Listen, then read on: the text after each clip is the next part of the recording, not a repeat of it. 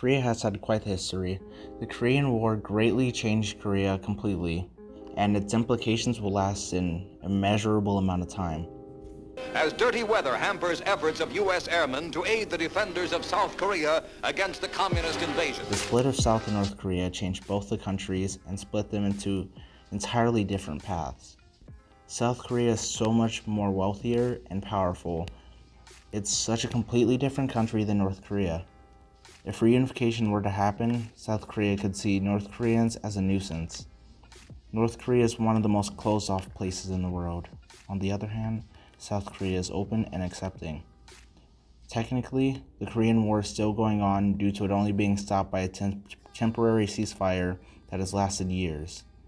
That is why there is still a lot of U.S. military presence in South Korea. Reunification of these two countries will take a lot of money. The Koreas would like to reunite, but there are many things that need to happen. Right now, what they need most is denuclearization and demilitarization in both countries, pulling all nuclear weapons in South Korea from America, and North Korea to shut down their nuclear program. North Korea will also have to set a peace agreement with the United States. Only at this point they could start to work on reunification. Opening up travel between North and South Korea would be very important.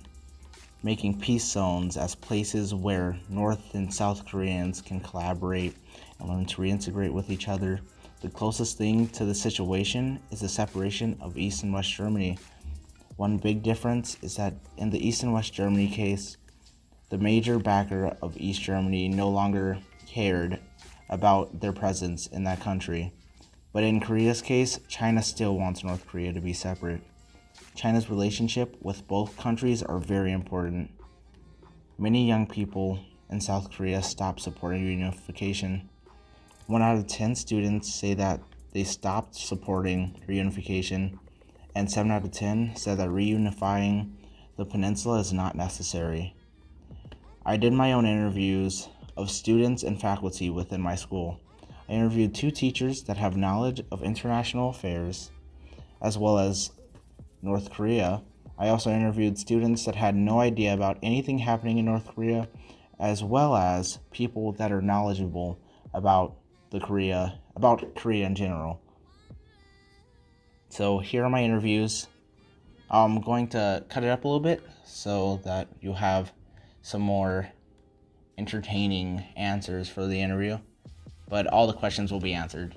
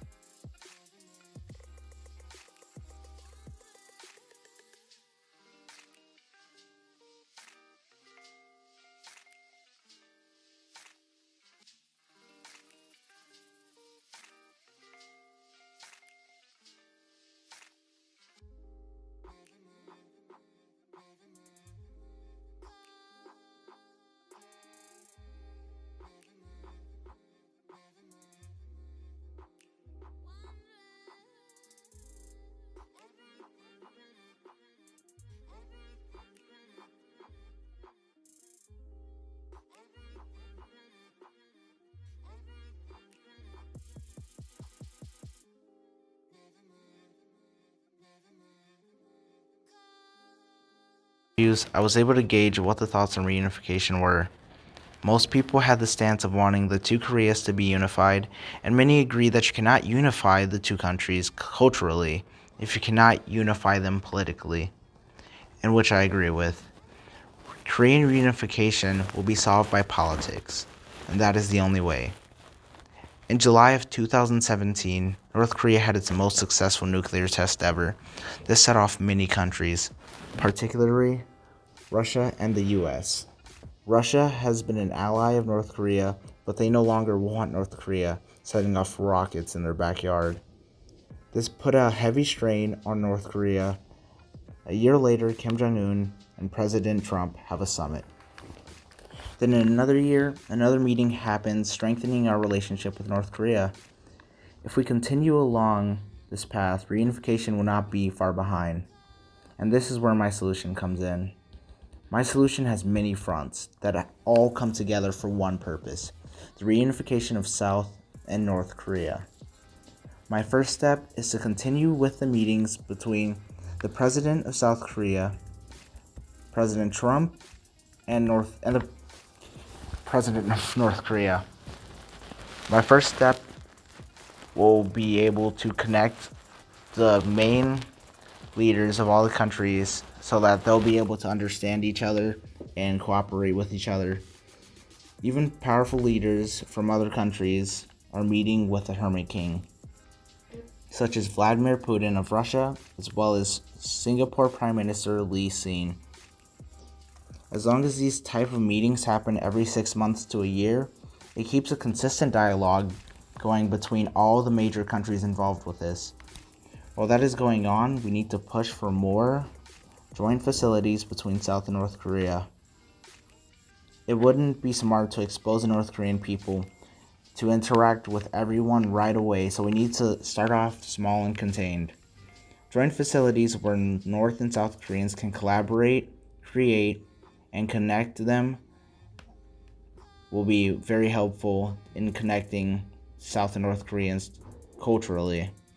As soon as we see that connections and bonds are starting to form, we can expand and try to lift the travel ban in North Korea, bring tourists, jobs, and proper infrastructure to North Korea to help it grow, not only economically, but politically as well.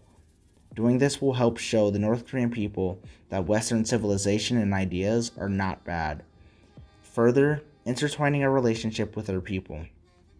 This solution is a lot, and would definitely take a few years and a lot of money, but in the long run, it is worth it.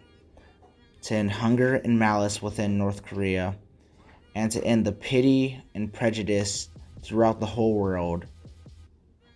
A unified Korea is the ultimate goal, and should be looked onto.